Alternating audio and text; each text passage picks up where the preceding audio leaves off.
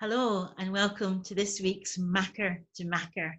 It's great to be back again in my living room and really lovely to welcome you there in your living room. A very, very warm welcome to you. Thank you so much for joining us. We've got a really wonderful programme lined up for you tonight. This is week 13 of Makar to Makar. It seems extraordinary that we've been doing it this long, and it's been a huge privilege to do this programme week to week and speak to different makers and different people that are enthusiastic about poetry and song every single week. The idea behind the programme is that we pass the baton on kind of enthusiastically from Makar to Makar. And Makar, as many of you will know if you've been coming every week, is the Scots word for the national poet or the Scottish Poet Laureate. And for the moment, that's me. I follow Liz Lochhead and Edwin Morgan. Had Edwin lived, he would have been 100 this year on the 27th of April. Well, it's a huge privilege to pass the baton also on within the programme from poetry to song and back again. And this week, for the very first time, we have a makar in the form of a singer, Peggy Seeger. So I'm so excited to be welcoming Peggy Seeger onto the programme. She's going to appear just this minute. Hello, Peggy. Hello. Hello, Peggy. I pressed the right buttons. Woo! You did. That's a major achievement in itself. It's fantastic to see you. Well, every week I kick off the programme with a little poem of my own. So this week I'm going to welcome you by reading you this poem that made me think about your song that you're going to be singing in a little while, Bad, Bad Girl.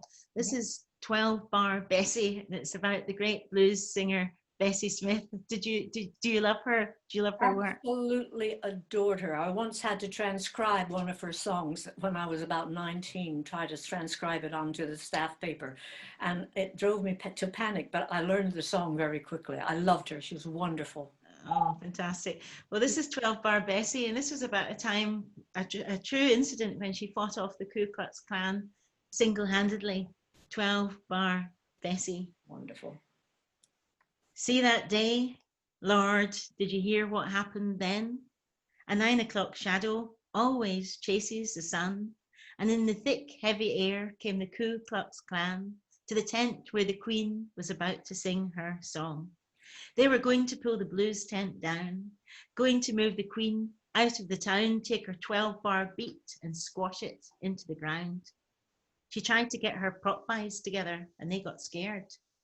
She tried to get her prop boys together and they got scared. She said, boys, get those men out of here. But they ran away and left the Empress on her own. She went up to the men who had masks over their heads. With her hands on her hips, she cursed and she hollered, I'll get the whole darn lot of you out of here now if I have to. You're as good as dead. You just pick up those sheets and run. Go on. That's what she done. Her voice was cast iron. You should have seen them. You should have seen them. Those masks made of sheets from somebody's bed. Those masks flapping over their heads. They was flapping like some bird migrating, some bird that smelt danger in the air, a blue song, and flew fast out of the small Midwestern town to the sound of black hands clapping and the Empress saying, and as for you, to the ones who did nothing. You know, well, there we go. That's from my time in America. I grew up during the times of the Ku Klux Klan. I grew up, we used to get Life magazine every week, and there would be pictures of lynchings in this magazine that went out over the whole country with women taking their children to watch. I grew up in a southern town, Washington, D.C., and you know, where anybody who had the slightest color on them, and you didn't try to get tan back then. Everybody tried to stay white that was already so-called white. And there were restrooms for coloreds, they were called, coloreds. And if you had people working in your house, men or women, doing anything that was, quote, menial, which is a dreadful term, that they always were people of color. I like people of color, but I kind of wonder what the hell does it mean? Yeah, yeah, I know exactly. Well, I'm going blue with my veins. I'm a blue person. Yeah, well, I love the poem. It's wonderful. oh, thank you, Peggy. Well, I'm a huge fan of yours. I mean, it's just so fantastic. You're so multi-talented because not only are you passionate about folk songs, but you're a wonderful memoirist, and you've written a fantastic book, first time ever, which I've got here, and I've read a couple of Oh, you times color because coordinated with it. I'm color coordinated. I've dressed for your book, but it's vital. It's Thank you. interesting. It's witty. It's passionate. It's revealing, like you, who are now in your 80s, 85, I think. Just Well, just I always just say recently. I say I'm a year older than I actually am, so I'm 86. Oh, you're 80. You say you're 86. That's great. I like that. I've not met anybody that does that. That's nice. That reminds me of my gran who used to add the half years and say 91 and a half, jockey, for her age. But Okay. you're a talented musician. You play 5 different instruments, don't Six. you? Six. Six different instruments. Well, 6 different instruments. Let me see the piano, the guitar, the Banjo. banjo, yeah, the 5 string banjo, Yeah. The the apple. auto harp, the That's right. English concertina, and the Appalachian dulcimer. That's right. And you've toured so much of your life. You were in a long relationship for a number of years with the folk singer Ewan McCall, who wrote "The First Time Ever I See Your Face" about first meeting you when your life suddenly changed and turned around. And then in the last 30 years of your life, you've had a relationship with Irene, haven't you? And that's been extraordinary. So I was just wondering, Peggy, what this lockdown has been like for you, because you're in Oxford now and she's in New Zealand. She's having a harder time of it. She was supposed to be coming over this summer. We live in two different countries because that is what each of us is following our own star. And up until this year, we were visiting each other in 3-month segments. So she would come to me during the New Zealand winter. I would go to her during the English winter. So we'd be 3 months alone, then 3 months together, 3 months alone, 3 months together, and going to each other's country, which is ecologically disastrous with all the flying. But I haven't seen her. She couldn't come last year. I forgot what happened last year, but I haven't seen her since March of 2019. Oh, that must be so hard. I don't know when we're going to see each other. We talk every night and every morning, so we talk for an hour or two every day. But uh, but lockdown has been very strange for me because I'm normally a hermit, Jackie. I have lots of work to do, and I like living alone. It's a very, I suppose, for the same reason that when people say, "Oh, you haven't had a child, you're selfish," or "You're living alone, you're selfish." I probably am selfish. I like my own company. I like everything to be the way I want it, and I think I flourish better that way. But I really miss her. I don't know Mm. what we're going to do. I really have no idea because the flying, the whole idea of getting into a tin can and flying with a whole stack of other people and using up. I mean, when you look into what a transatlantic flight, a trans-Pacific flight going to New Zealand actually costs in terms of carbon footprint, it's terrifying. So lockdown to me has been, I've gotten a lot of work done and I've done quite a lot of shows, which is nice. Yeah, And you've been doing a show every Sunday at 5 o'clock. I was Which, doing, I've stopped doing that. yeah, I did that for 10 sessions, then I figured they'd had enough. that was a lovely thing to do. And did you do that because you felt as if you wanted to keep a connection to people, or you wanted to offer them some company during this That, weird period of that was the isolation? idea, and it was mostly feel-good songs and songs for children, songs with choruses. But if I should take it up again, I probably will do more of my contemporary songs. Mm, We shall yeah. see. because I first came across your songs, you know, when I was a kid, because my mum and dad played you. In fact, you know, the last time I was in Glasgow just recently, there's your album, I know album right there. And Yeah. then I remember playing you a lot at university. That your amazing song "I'm going to be an engineer, I want to be an engineer" was really practically a feminist anthem then. And then not that long ago, just last year or the year before last, I met you, didn't I, at Yeah, Salford University? we sat next to each other. That was a wonderful evening. Just So it was, wonderful. yeah, it was just amazing. And you're an honorary, you've got an honorary doctorate at Salford University, where I'm chancellor. But it was just so fantastic to have that amazing discussion. And then after that, I was saying to you that you were going to be in Glasgow, and I was so upset not to get to see you, because I would have brought my parents to see you. And you said, well, get them tickets. And I said, oh, they can't really make it out of the house. And you said, well, I'll go to them then. And so they spent one of the best afternoons of their life. I'm just saying this to make everybody out there very, very jealous, because they got Peggy Seeger coming to tea. We And they spent, stuffed a lot of scones too, as I remember. Scones and sandwiches. It was lovely. It was lovely. I and really sang, loved your parents. Yeah, I'm sorry oh, about your dad going. oh, yeah, My oh, thank sister's you. in hospital right now. She's Is in she? hospital with COVID in Oh, Las Vegas. oh, I'm sorry. I'm sorry. That's so much, She is improving. She's 83. such a worry, such a Yeah. worry. So she's your younger sister. Yeah. Yes. She and I are the only two left out of the seven. Gosh, Mm. gosh, Yeah. that's hard. That's hard. I know we have to cling on to our times of scones and peace songs, and we have to cling on to the times that Yeah. we Yeah. we, Yeah. we loved, and cherish our memories at these times. I think that people are perhaps cherishing their memories more than they've done in living memory, because looking ahead is anxious, but looking back is slightly different. And I wonder if you could start us off with your first singing of your first set, if you like. I know that you're going to start with Bad Bad Girls, which I think is just I'm an glad I'm glad you chose this, especially as this time of Black Lives Matter, because as I mentioned before, I grew up in an incredibly racially divided.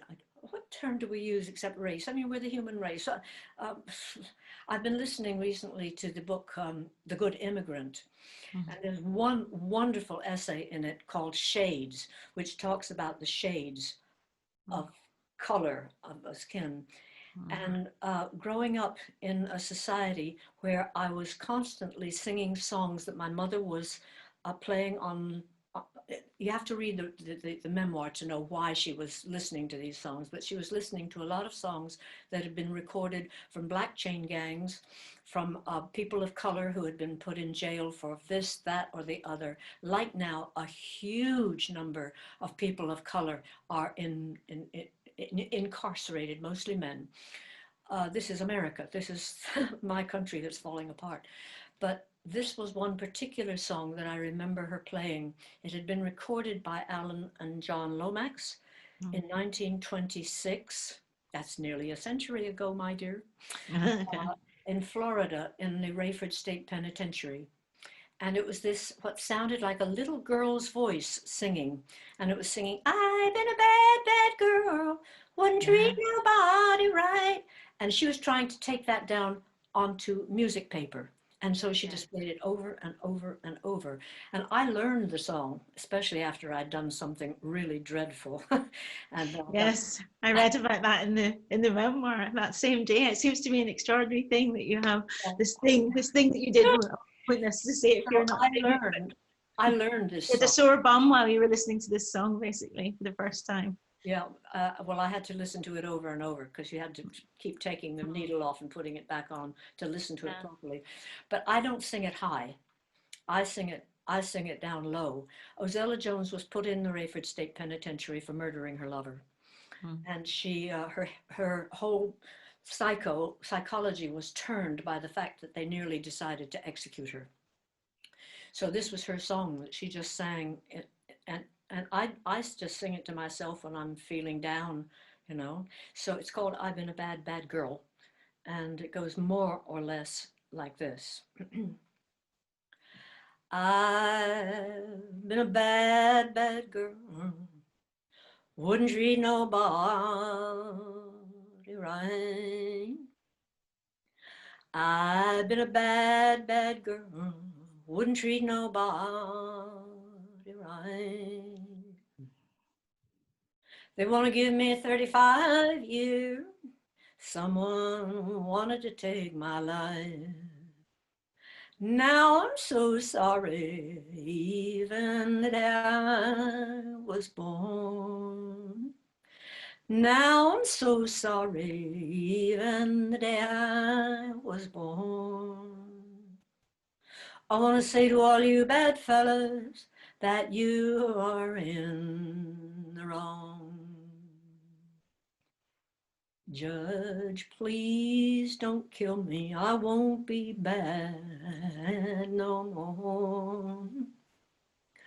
Judge, please don't kill me. I won't be bad no more. I'll listen to everybody, something I never done before.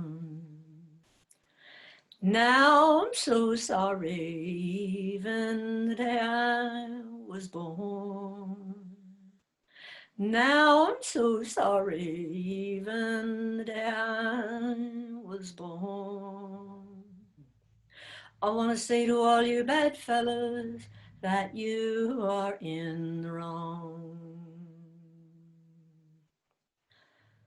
I'm sitting here in prison with my black cap on. I'm sitting here in prison with my black cap on. Boys, remember me, even when I am dead and gone. Now I'm so sorry, even the day I was born. I want to say to all you bad fellas that you are in the wrong. That's Ozella Jones' song. Yeah, just fantastic, fantastic Oh, song. it's an amazing song.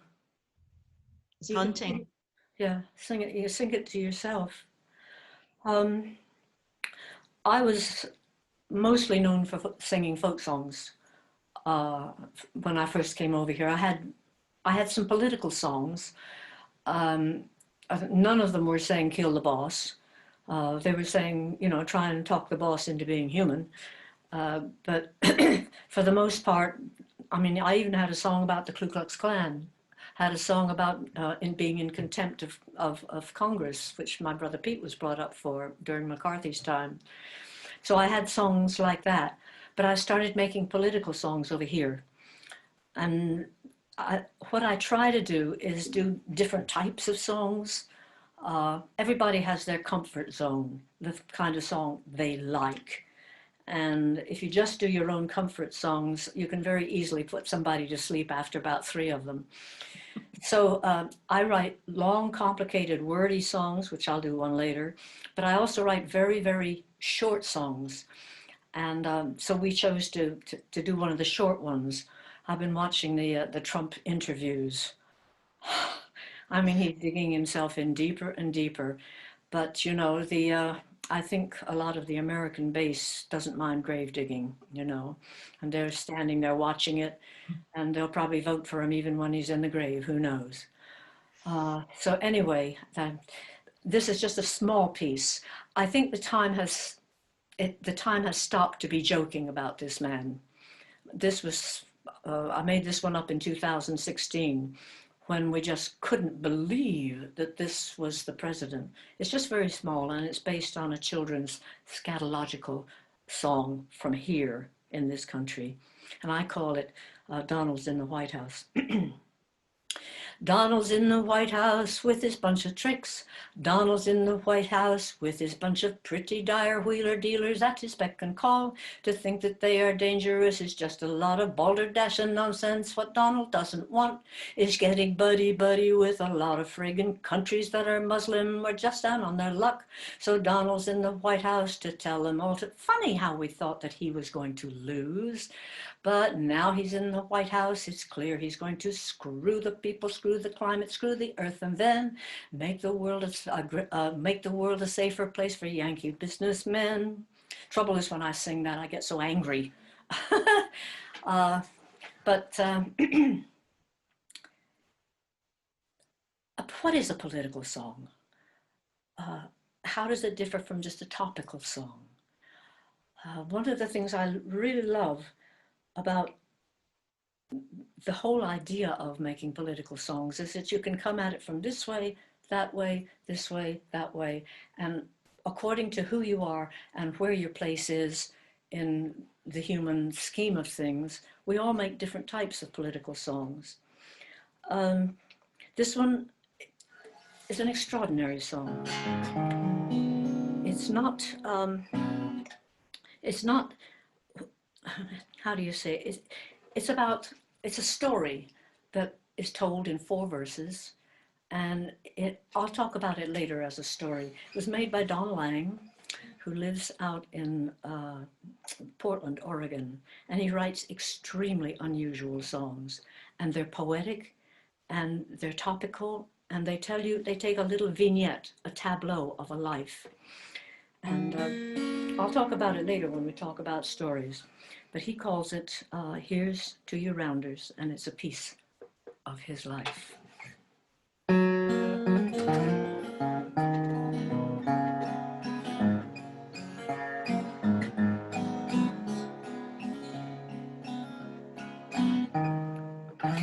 I never knew my granddad. He was always on the bum. Every September he'd hop on a freight train and he'd ride.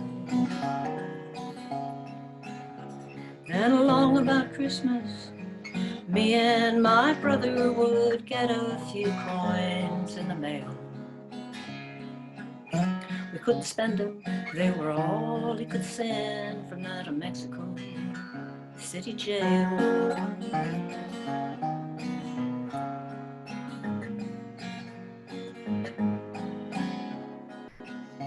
Now back in the 30s when the going got rough, old Granddad, he hit the road. Mother was young then, she only remembers his name. Then Granny got work in the old cannon factory, and she took in some wash on the side. Promised herself she'd never forgive him, a promise she kept till she died.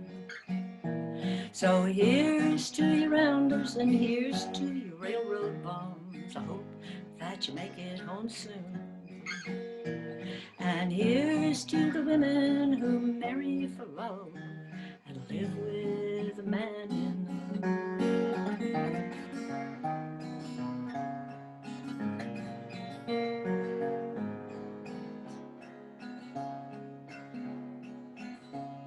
One day near the end, he rolled into town. He was riding the Greyhound line.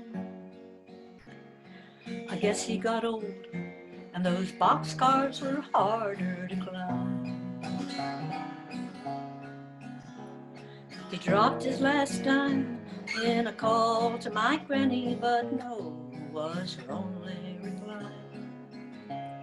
She hung up the phone, she cussed him in German, but I saw the pain in her eyes. So here's to your rounders and here's to your railroad bums. I hope that you make it home soon. And here's to the women who marry for love and live with the man in the moon.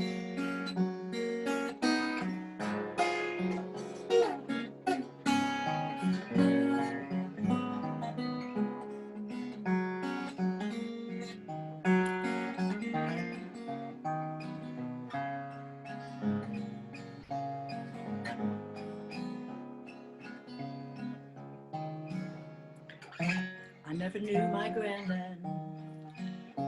He was always on the bum. Salvation Army sent us a note when he died. Now me and my brother carry the memory of a face that we seldom did see, like some foreign coin deep in the pocket of a young kid's dirty blue jeans. So here's to you rounders and here's to you railroad bums. I hope that you make it home soon.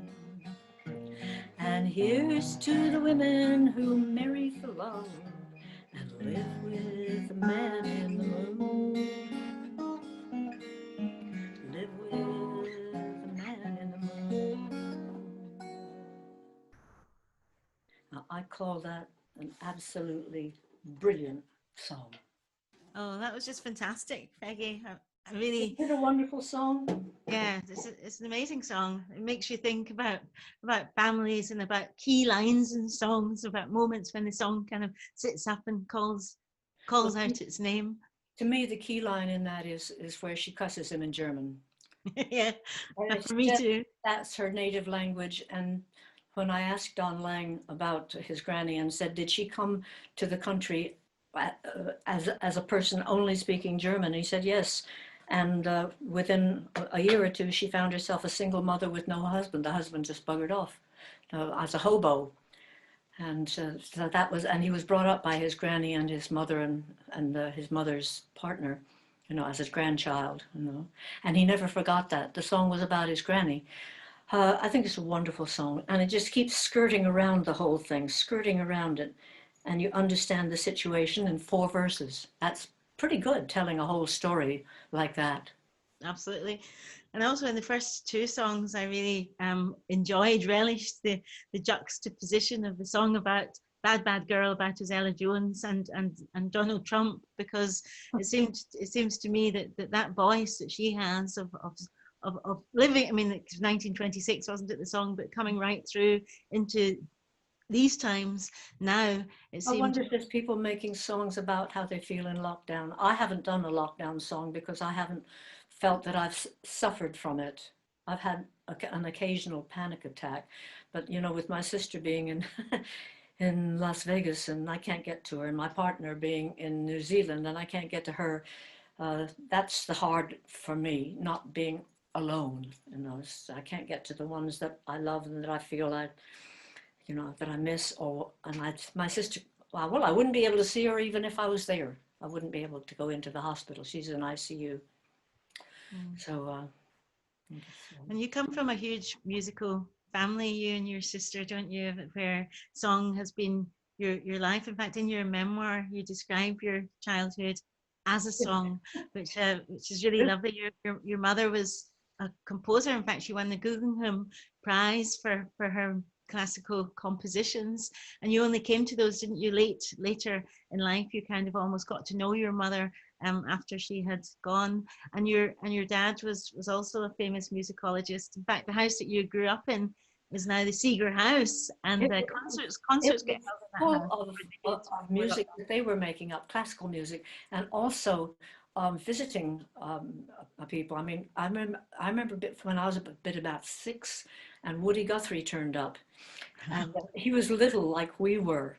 Leadbelly turned up, big, and so dignified and so very black. He was blue black, and so Gene Ritchie turned up, Hollywood turned up, Alan Lomax. John Lomax. I mean, it was an incredible. They didn't stay. Nobody stayed. My mother didn't take to house guests of any sorts. Yeah, and she said she did once, and then it was once only. She said folk people, they tend to kind of have an unusual way of life. So Yeah. it was a musical household. It was wonderful, quite wonderful. Yeah. Yes, and then your half brother Pete Seeger is a singer as well, and you've He had, visited a lot. yeah, which is really an extraordinary. It's almost like music comes right through your entire life, and without music, your whole life would have been completely a different life altogether. Well, you had it a Hard lot to think of with it. your parents. They sang and they brought music in, and the politics, you know. But it's parents, and your parents did for you, and my parents did for me. It was wonderful, and I think you're doing it for your son as well. Yeah, that's what I hope. I How's he mean, doing? How's he doing? He's oh, okay. he's doing great, thank you. Yeah, he's fantastic. He makes films, and he's really. I mean, he's just doing what he's doing. He's doing a lot of work still. Yeah, I can't wait to introduce you to him one day. He's fantastic. But I'm really he's interested in form as well, in short form and in documentary and telling stories of people's lives. And you're interested in people and in their lives. I mean, in your memoir, you capture people and cars and the times so brilliantly and so vividly. And it interests me that switch between form, because in songs you sing ballads, you sing blues songs, you sing The story satirical songs, song. political songs, but you move very naturally between forms as naturally as you do between instruments. And I'm interested in that. But I do love stories, and there's so many different ways of telling a story. So many different ways. You don't have to be totally literal at it. Uh, I can't remember if today I've mentioned, oh yes, I have mentioned The Good Immigrant. And it was a lot of people who aren't immigrant, they're merely people who are suffering from being thought to be immigrants or told back to go back where they come from. And one said, okay, I'll go back to Wolverhampton. uh, so understanding that everyone's life is a story and every day is a story. Sometimes you could even do the story of my washing the kitchen floor last night, and it was the story of all the things I've eaten for the last week all over my kitchen floor. I could have made a song about that, and it probably would have been very funny. But remembering that people love once upon a time, and then this happened, and then this happened, and you can't leave them in the middle. There is a story to be told. Well, that seems a perfect time to bring in our rotating singer, the wonderful Katherine Philpott, because she's going to sing a song for us that comes from a Burns poem, a Burns song, the wonderful Aphon Kiss. And Aphon Kiss in itself tells an extraordinary story of parting, and for everybody who's missing anybody who's ever partied, it's really a song of our times as well as a song of his times, which is probably what we all love about song and poetry, is the fact that it speaks to times simultaneously, that it exists in one time and another both at the same time. So welcome back, Katherine Philpott. It's lovely to have you here. And can you tell us, this is Peggy, this is Katherine. Hello. Over to you. And have you been enjoying everything so far, Katherine? Yeah, it's been amazing. Honestly, you have one of the most incredible voices I have ever heard. It's just so relaxing and incredible to just listen to you and hear you speak about, everything. I've been absolutely loving it. Yeah. Yeah, I'm buzzing here. Katherine, can you tell us a wee bit about Aphon Kiss and why you picked this particular song? Yes. Well, literally just what you have just said. For me, it's a song of sorrow, memory of a loved one, of a feeling of anguish over losing somebody that you love that much, and that is sort of the vibe that I got from Here's to You Rounders. Sort of like being without somebody that you have loved, it's someone you've trusted, someone you've brought into your life, and then suddenly that they're not there anymore, you do feel a sense of pain, and I feel like that pain never really goes away. And I feel like this song, it expresses that feeling of loss and pain, but it makes it beautiful within that. So that's why I've chosen this song. Great. Thank you, Katherine.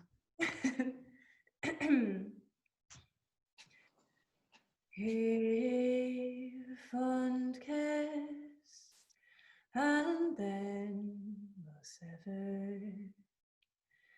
A farewell, alas, forever. Deep in heart-wrung tears, I'll pledge thee. Warring sighs and groans, I'll wage thee.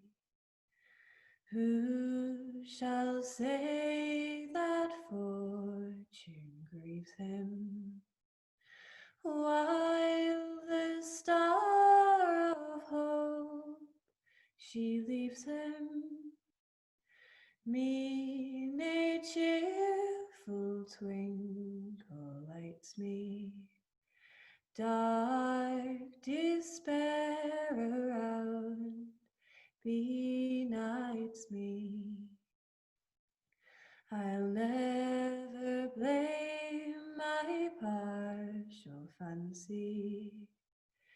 Nathan could resist my Nancy, for to see her was to love her, love but her and love forever.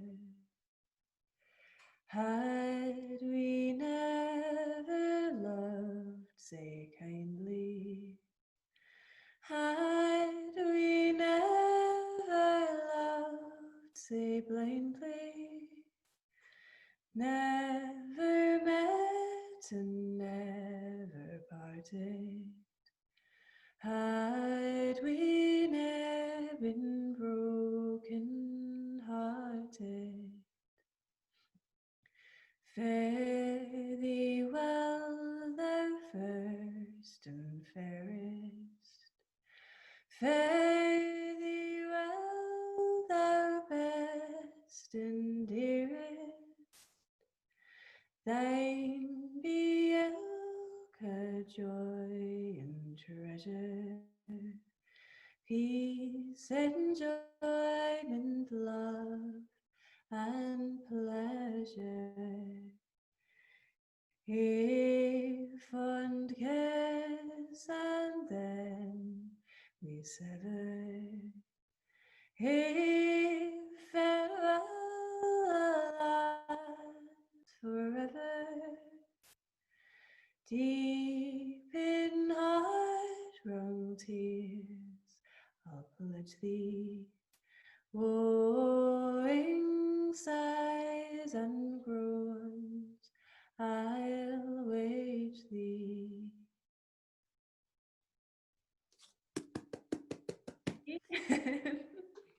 Oh, fantastic, fantastic. Absolutely lovely. Absolutely Really, lovely. yeah, really wonderful. And Burns wrote that about his relationship with Nancy McElhose. They had so many different women, Burns, and all of these all of these different love songs that exist because he loved so passionately and so variously. Yeah, did you enjoy that, Peggy? I loved it. Burns is one of my favorites. He knows what to repeat and what to leave out. Yes, He's not afraid of repeating and not afraid of just being exact. It's lovely. And he obviously loved all those women. That's beautiful. I love those lines. Had we never loved, say kindly. Had we never loved, say blindly. I know, never met and never That's the parted. ones that I picked out. Yes, that's right. It's true. We should ne'er be broken-hearted. And it makes you think of those weird forks in the road that had you not met somebody, had you not met Ewan, for instance, that day that you say in one point in your book, here's to the next 30 years of my life, that sudden moment where you meet somebody changes your life in an instant, and it's hard to imagine what the fork would have been doing in the road without it exactly. I sometimes wonder, by the way, that was absolutely lovely, Katherine. That's beautifully sung.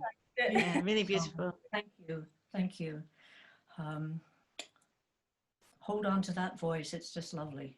Keep singing, sing into your old age, because your voice changes. I can't sing a lot of the things I used to be able to sing. So I've had to move down. My whole range has moved down. And I can sing quite high and I can sing quite low, but when I hit those notes in the middle, for some reason, it jolts. Yeah. But you've got them. You can sing right across them, I think, can't you? Yeah.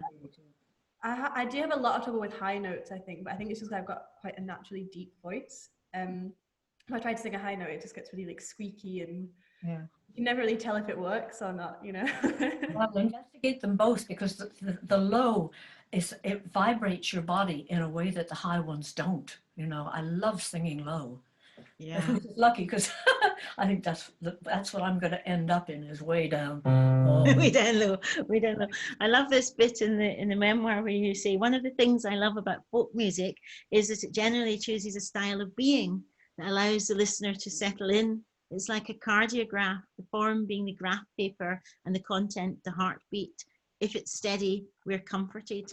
I think that's just such a beautiful description of folk music and of its link to our hearts, just the way that it gets you in the heart. That A fond kiss, every time I hear that particular song, it just gets me.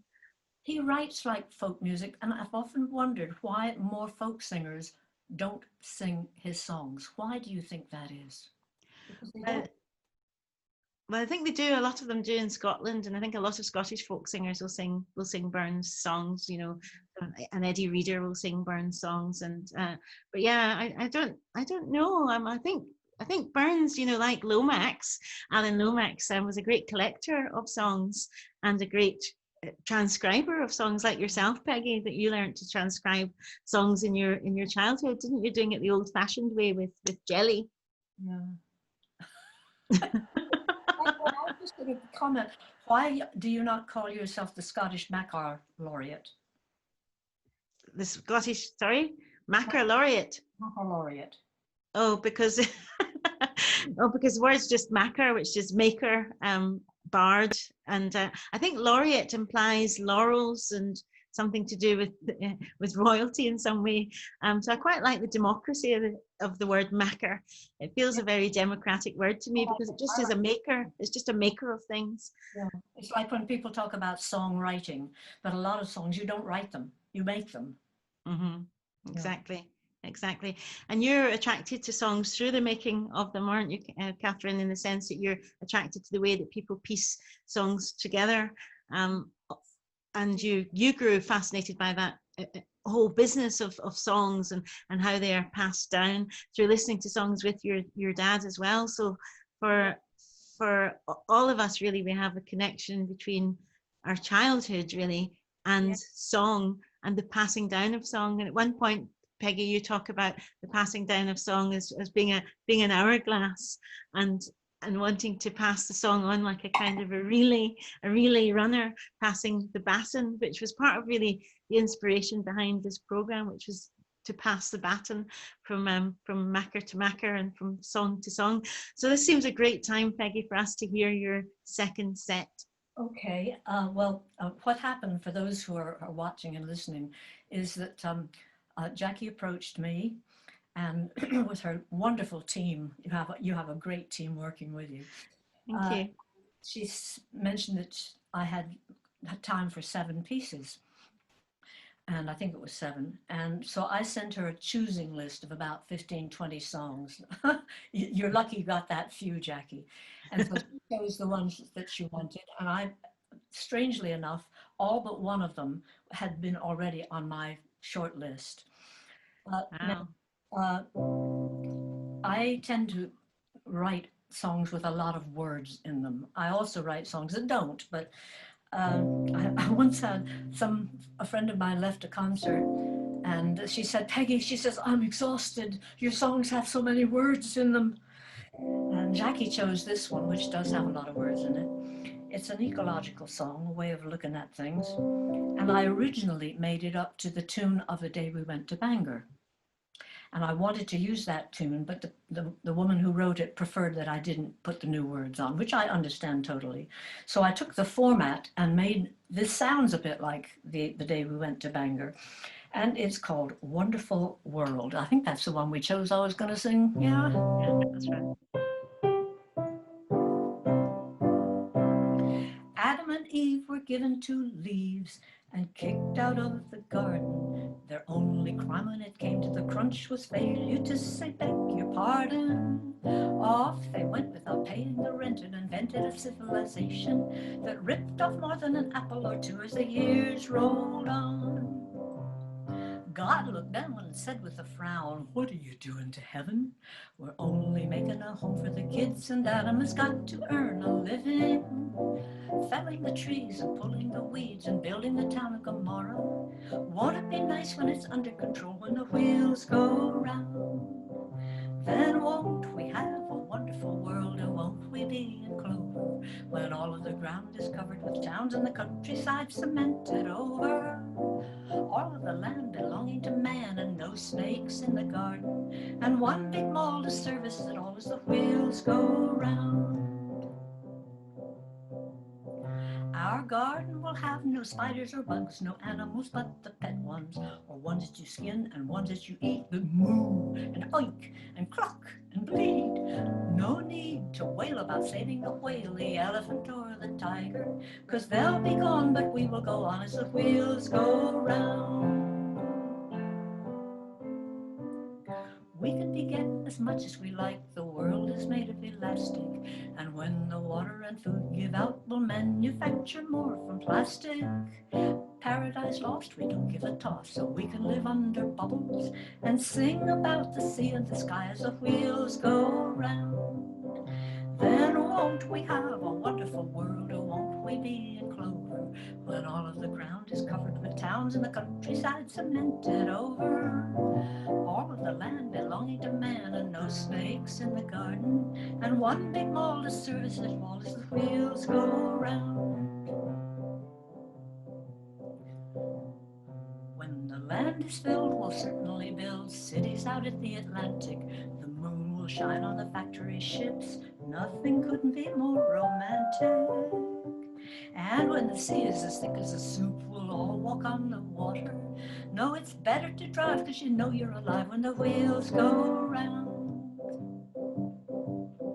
Judgment Day is well on the way, but our race will go on running. We're so busy doing we don't know what, and we don't know why, but it's lots of fun, lots of fun, lots of fun.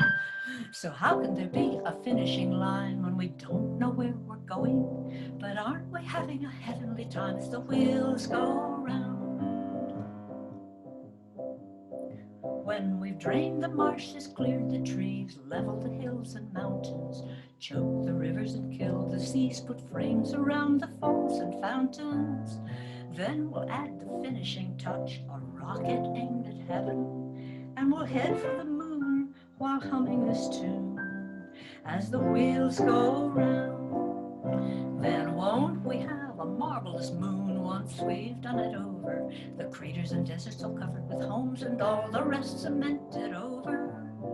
You can believe that Adam and Eve are great at renovation. It's a pity the stars are a little too far as the wheels go round.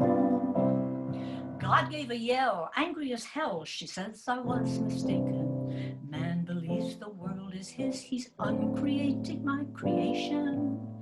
Now I retract, I'm taking it back.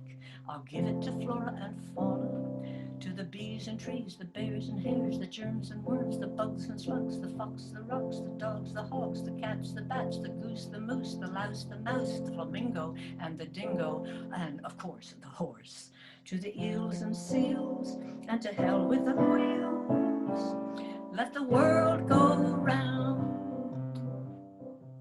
Of course, we know that Russia polluted as much as the West did, so just to be politically correct, here's the Russian version.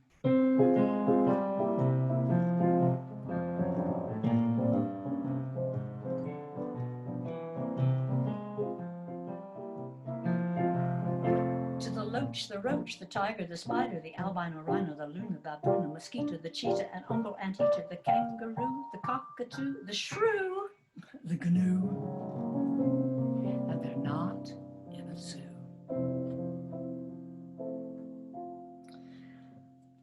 That song is great fun to sing. Somebody asked me how do you memorize this? And what you do is you just sing it over and over and over and over and over and over and over until you can think of the shopping list while you're singing it. And at a certain point, it gets hammered into you, almost like Kafka's K on the chest. I was commenting before, I think, Jackie, on keeping your attention. And after singing that song, there's no way I would sing another one with so many words, although I do know, I know one with nearly 1,000 words in it. So sometimes you would just sing something that's just very, very short. When I first fell in love with Irene, I wrote her a lot of poems. There's actually a whole disc of them on my Bandcamp section. And some of the poems were long and some of them were just very short. And this one, I called it Logic, because to me, love was logical. It was logical in the same way that the sun shines, that the seasons come. And at one point I decided, why not turn it into a song? So this is the little song called Logic.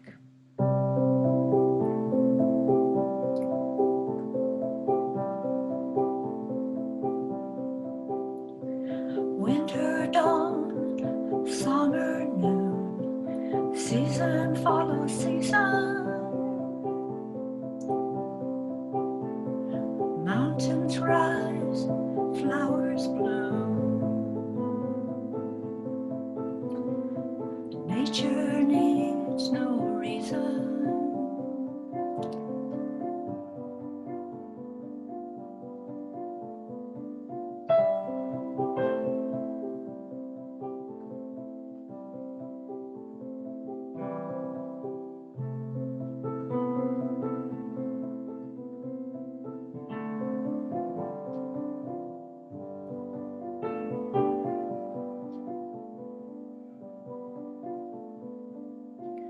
Northern breeze, southern wind, stars float above you.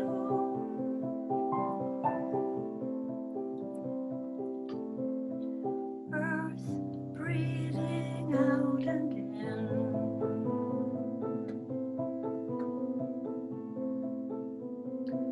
Endless time, I love you.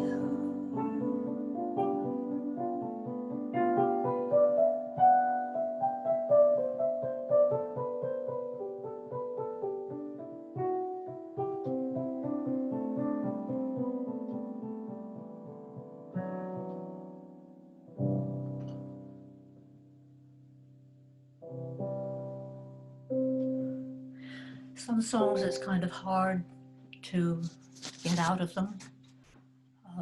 Some ballads are so full of things to think about while you sing them that you really need to just sit and think after you sing them. So that was dedicated to my second life partner. I'm a Gemini. I have 2 life partners. Each of them have been 30 years. That's a lot of stamina on their part living with me, I'll tell you. The next one is one that I proposed to Jackie as a kind of joke, because it's, to me, it's kind of, it has an element of McGonagall in it, doggerel. It uses the old favorite, which is the rhyming couplets, which we all just absolutely love. I made it up to kind of cover a problem that exists in concerts. And that is that you have to somehow make the assembled company, otherwise known as the audience, understand that us singers, we make a lot of our income from the merchandise that's on the table at the back of the hall. And I used to hate anything having to say, oh, would go down, you've seen the CDs, do buy them, they're part of my income. Didn't want to say that. So I figured out how to say something at the interval, and that was this poem. And this was from the time when I was traveling on my own. I travel with a team now since I was 80, but when I was 77, I wrote this to try and explain to people that once you're up there on the stage, it seems very effortless, but there's a lot of work behind any solo singer who travels with all their merch and all their instruments and all the things, have to do everything themselves. So this was my little poem that was going to be just before the interval, and I call it, I Sing for Free. Friends, I'd like you to know that I sing for free. Up until noon, I was lying in bed, pain like a rap song running through my head. Cold coming on, perhaps the flu. I've got no voice, what am I gonna do? I've got a show tonight, got to do my best. I get up, I get dressed, sort out the CDs, pack up the van, instruments, suitcase, a sandwich, and I'm on the road like a bat into hell. I mean the motorway. I'm going with the flow, everyone going just as fast as they can go. It starts to hail, then turns to rain. A Pratt zooms by in the left-hand lane, gives me the finger with his right hand. Guess he didn't like the stickers on the back of my van. His mouth is moving, so I guess it's a curse. I sing to myself a pertinent verse of Earl Brand where someone gets their head chopped off, and then beat myself over the head with a wet squirrel because I think I was hogging the middle lane, so he was right. Uh-oh, an accident ahead on the road. Traffic slowing, slowed. A moment ago I was just in time, and now I'm late. I'm sitting in a line. The devil and I are doing a deal. My fingers making dents in the steering wheel. I want a hovercraft. I'll have to cut the sound check in half. Friends, I sing for free. You pay me to travel. My GPS let me down. Both of us frazzled, going round and round, but I got here, as you can see. I checked the mics. Tonight I got a sound crew I really like. 5 minutes to dress, 5 minutes to eat, check my hair, check my teeth for bits of salad caught in the cracks. And all of a sudden, I've got a flashback of when I went on stage, so worn out that I didn't see my dress was wrong side out. Fashion statement, folks, of course. Yes, I sing for free. You pay me to look in the mirror and stay vertical. I suppose at my age I should have given up and sat in a chair waiting for a cup of lukewarm tea brought in by the nurse. Instead, I'm trying to remember a verse of that song you requested, the one I haven't sung for decades, or at least since I was 41. It's work, keeping body and brain in trim, keeping dotage out and memory in, daily oiling the fingers and limbering the voice. Me and Hobson, it's our choice. And we want you to know that I sing for free. You pay me to tune. Of course, you've sung too also for free, right on cue and right on key. You've really done well. I'm proud of you. No slacking though, we're only halfway through. We're going to take a break now, but make it brief. Stand up and move, or seek relief, but take your ticket, hold it over a flame. Just below where you see my name, the following words will slowly appear. Buy a CD before you leave here. Friends, I sing for free, but you pay for the CDs. And I nearly always sold more after that, and somebody wanted a copy of the poem. I used to memorize it. I very, very rarely. I don't read things from. It's all got to come from memory. Yeah, absolutely. That's going to come later. No, That was wonderful, Peggy. I that's really okay. I don't read anything. I memorize things. That's okay. I really love the tender love poem to Irene. You know, we were talking earlier about salient lines and the line jumping out of the song. And for me, the salient line of that song is nature needs no reason. And I was thinking of that whole business of having a life partner for 30 years, a man, and then for 30 years, a woman, and love being about who you love. My mantra that is song. done both. Sorry? My mantra is been there, done both. Was it very different for you being with a woman with friends and families' reactions, or was? I think they had trouble with it because it came so close on Ewan's death. But Ewan, if you'll read in the memoir, Ewan was ill for 10 years, and I was just totally and completely exhausted by the end of it. Carers, people should care for the carers. This is something to really remember, especially right now during COVID. The carers who are caring for people who are themselves needing care. Remember the carers, you know. I remember meeting your mother's carer was her name Helen? What? Carol, Oh, yes. she was lovely. Yeah. Yeah. I can't remember if she sat down with us, but she was taking care. So that Yes, that was her lovely district nurse actually that was in that day, Carol, and she's a really good family friend. Now she's just been amazing to have around. But it so happened that she was a huge fan of yours, so she couldn't believe it that she was getting to come and give insulin and get to hear Peggy Seeger. So that was for her. That was, you know, she was just made up. She said days don't get better than that day. She said afterwards, which was really really really lovely, and lovely for my dad too. so But Irene took care of me as well as being my lover and friend. She saw what was needed. And of course, my kids were grown. My daughter was 18. My son was, one of them was 32 and was a father already. And the other one was 28. And they were all on their, you know, and he'd been sick for 10 years. And so that was, but other than that, it is very, very different, extremely different. It's too much to explain at this point. And anyway, it's personal, a lot of it. no, absolutely, absolutely.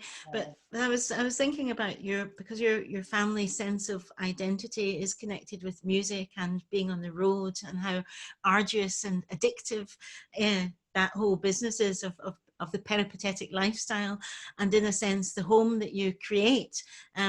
Can actually be the home that's on the road, of getting used to packing and unpacking and arriving in a new place and meeting a I crew. never had a home together. We didn't get together until the year 2000, and we'd been together for 11 years after by that time. But we very rarely had a home together. We don't. We lived very differently, you know.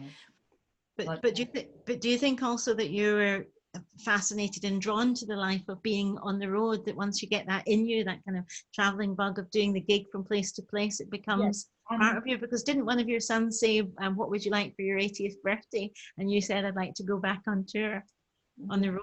Well, I was on tour. What I wanted to do was to go on tour with them. You know, Yeah. I toured with Irene for 5 years. We called ourselves No Spring Chickens. A wonderful CD which I really love called Almost Commercially Viable. It's one of my favorite CDs. I have a new CD coming out, by the way. It was meant to accompany this year's tour, which has all been cancelled. What a shame. Everything been cancelled. So go to my website and start buying some merch, ladies and gentlemen. And that's very hard to have tours cancelled, particularly at this point in your life, because you're actually probably thinking about singing years. And maybe 2 or 3 years left of singing in me, and I don't know if I'll be on the road again. I don't know. We have a tour for next year, May, and we're determined to do it. It's going to happen. It's going to happen. Yeah.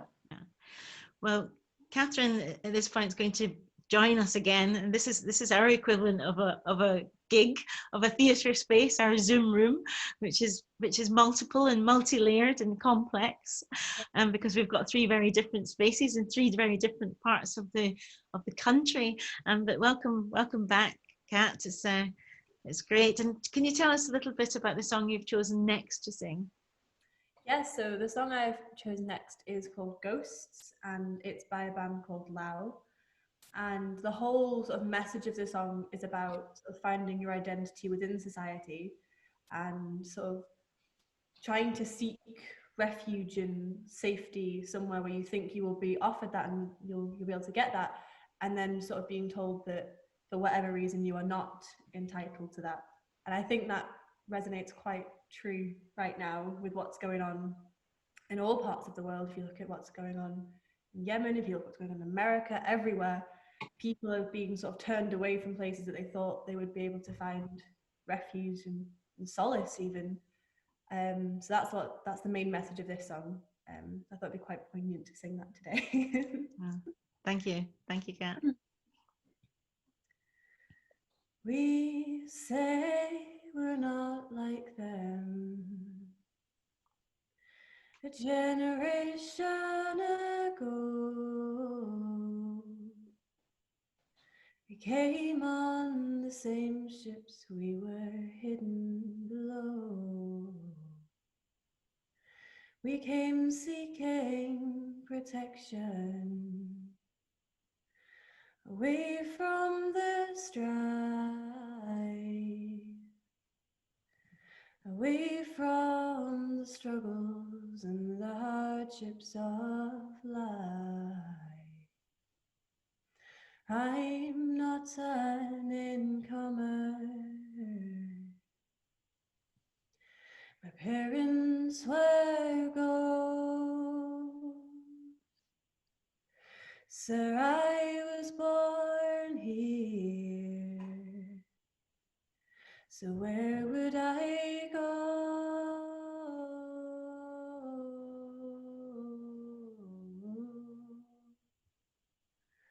There's ghosts on the motorway.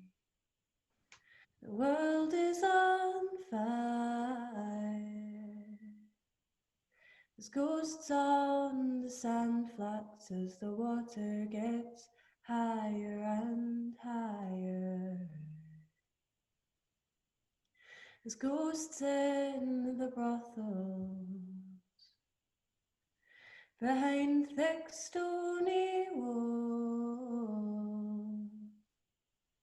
There's ghosts and their children in prison food halls.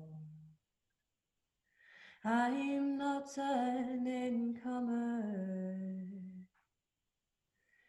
My parents were ghosts.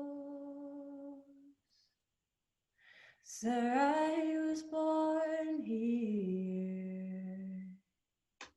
So where would I go?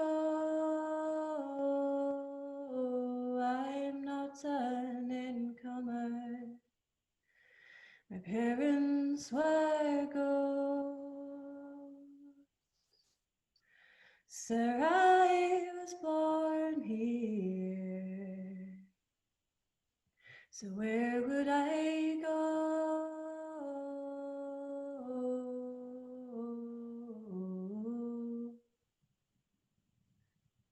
That's that one. Wow.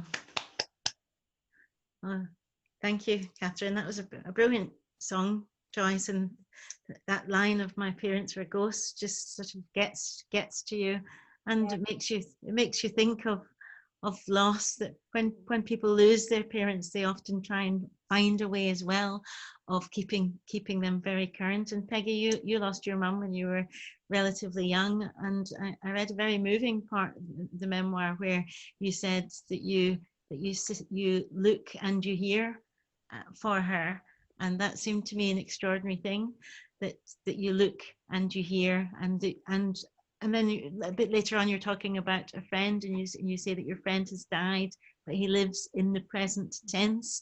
And I'm interested in that way that we have of people still being, even if they have died and when we've lost them, part of our lives in a way.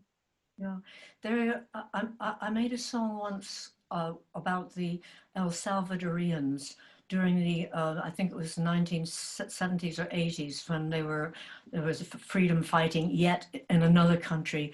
And when they had to uproot their villages and travel, they took the women and children. The freedom fighters took the children and the women, and they also took the bones of their ancestors with them, because they said, we bring our dead forward with us. And they actually brought the physical remains. But I have a feeling that if you don't remember people, they are truly dead. You know, I would say not a day goes by in my life now when I don't remember somebody of my life who has died and who is dear to me. Not a day. It is the strangest thing. And if I don't, sometimes I dream of them, you know. I mean, that song, Katherine, the tune is ghostly, but it's present, ghosts that are present. The tune makes them present, and it makes them not frightening. It makes them, they're mourning, they're keening, but they're saying, we're here, you know, we're here. And naming the places where they are, everywhere, i.e. everywhere, all the way around us. You know, that book, The Good Immigrant, really just hammered into my head what it feels like to be, quote, on the outside. It's an extraordinary book and beautifully written. And the song says that too, that we are not really ghosts, that you're calling us ghosts, but ghosts are with us. They're here. Yeah, definitely. And the song also makes you think about incomers and belonging, and when you get to belong in a place, even if you've arrived in a place and you've been there second, third, fourth generation, you can still often feel in certain Highland and Island towns like you're an incomer, and there's the word the incomer in that song, which is I'm an incomer. I'm an incomer. I'm an immigrant. I swore allegiance to the Queen, by the way. I was wondering, Peggy, if you could read the poem to us that you wrote about your dear stranger mother, as you've referred to her at one point. Oh yes. I began to really miss my mother when I hit my 60s, 65. She'd never seen her grandchildren. She didn't see her youngest child grow up. And it occurred to me once when I was in my mid-60s that my mother had died when she was 52. And here I am in my mid-60s, still alive, and here I am 86, still alive, and my mother never got past that age. So I wrote a poem for her, and this is the poem. My mother is younger than me. She died at 52 in 1953, with plump red cheeks and black braids. My hair is grey now, my cheeks are lined. She sits at my knee, her head inclined to accept my care. I comb and braid her hair as she once did mine. And as I sing, she tells me things about her new school. As I grew my wings, she opened the window, and out she flew. I am 86, she is 52. Strange when your mother is younger than you. Or Crawford Seeger, that was her name. Yeah. Yeah. It's very affecting, that, isn't it, Kat? Yeah, wow. My goodness.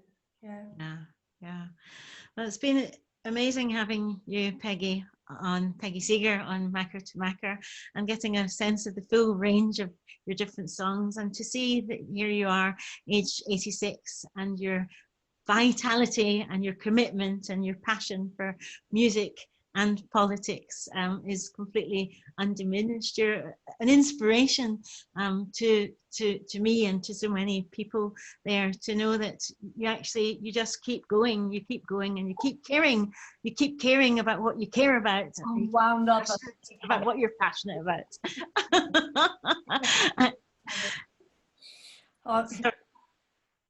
I think, sorry, off you go. I'm terrible at interrupting people. You were in the middle of saying something. I'm sorry. I think it's because the reason you interrupted me is because you find it hard to take compliments, so you've got to stop them. You're like a Scottish person in that way, but Nigerians have no trouble taking compliments at all. So I must be more Nigerian than Scottish in that way. But He's very welcome, but sometimes it gets too much, because you feel that you've done something because you want to, and you've done something because it's your duty. You've done something because you owe somebody something, which is the next song. I owed this to somebody, and so you sometimes feel that it isn't you, that people are speaking through you. That's what happens. Yes, you feel like it's wrong to take the credit for something that you don't feel that you should take the credit for. Yeah, and I completely understand that. And it's also because really it's a vocation, isn't it? It's like a calling. So it's not, there isn't that much choice necessarily involved in it. I can't stop. Have I time for a funny story? I was waiting for a bus in Oxford, and I decided to sing an unaccompanied ballad while I was sitting there waiting for it. I'm singing it to myself. It's a ballad that lasts 7 minutes. So I'm sitting there singing it, and a woman who's sitting next to me, she moves over closer, and she's listening. And when I get up, we're standing in the line, and I'm continuing to sing. And she says, "What's that song about?" I said, "Wait a minute, I've got to finish singing it." And so I sang it as I got on and as I put my card down and as I sat down, she sat down next to me and I'm still singing this song to myself. And then she sits down, I said, I'm sorry, but I can't interrupt a story once I'm telling it. That's funny. That's funny. Well, we're really, really lucky tonight, everybody, because Katherine and you are both going to sing your really wonderful and beautiful, tender song, Love Call Me Home, which makes you think again about friends, friendship, and how important it is in life to be accompanied by friends, how they carry you through absolutely everything. So I wonder, Peggy and Kat, if you would both, you're going to join Peggy in the chorus, aren't you, Kat? And that would be just fantastic. Love Call Me Home. It was written for my friend Christine Lassiter, who died at 49 of cancer. And she was always afraid that her friends would forget her. And we assured her that we wouldn't.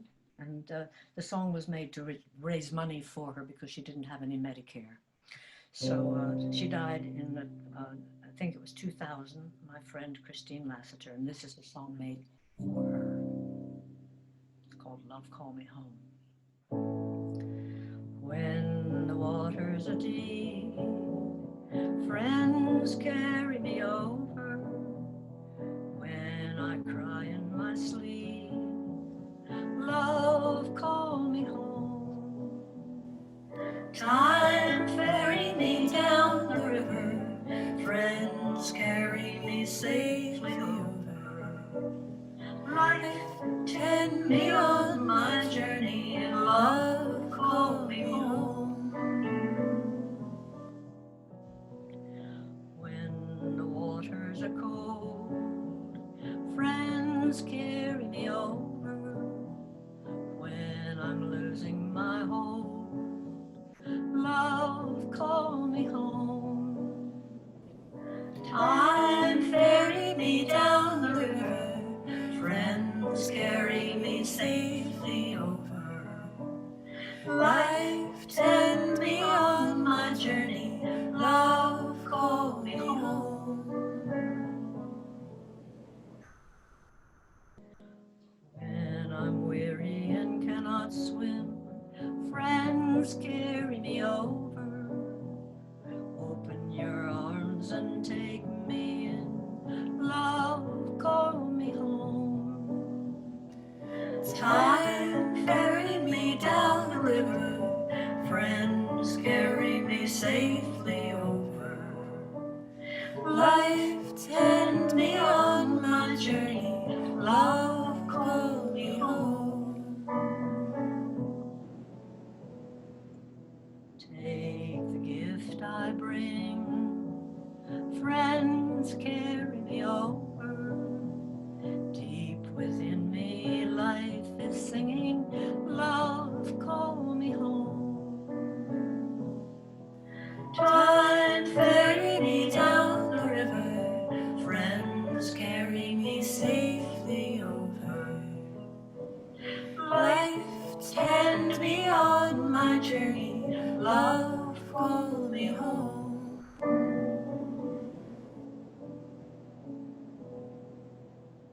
Life offers a chance for friends to carry us over. Time can stop or dance forever, love call me home. Time ferry me down the river, friends carry me safely over. Life tend me on my journey, love call me home.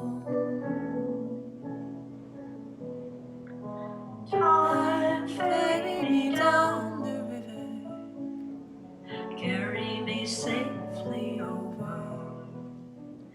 Life tend me on my journey, love call me home.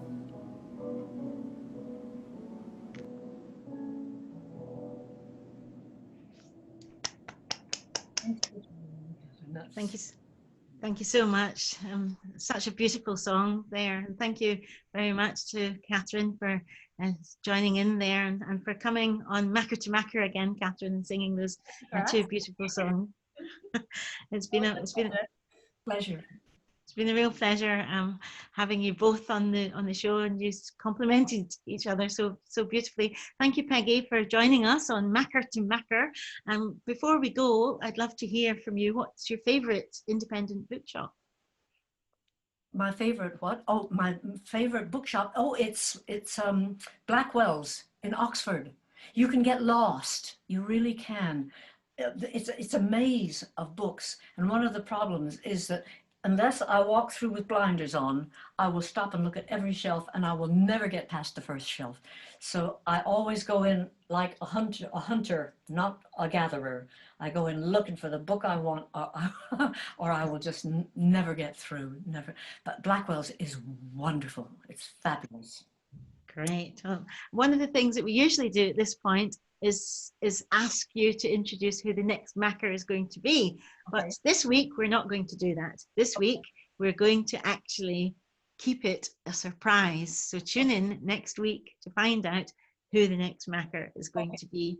Thank you so much to everybody at home for joining us. It's been really fantastic having you here. Thank you to our funders, the National Theatre of Scotland, for hosting this, to Home, Manchester, to Edinburgh International Book Festival, and to the School of Arts and Media at the University of Salford. And of course, last but not least, all of you at home for watching. A massive thank you for our Makar of the Week, Peggy Seeger, who is just so inspiring and has just given us the most wonderful, wonderful hour and a half of music, song and poetry. And massive thank you again to Katherine Philpott. I'll see you next week. Bye-bye.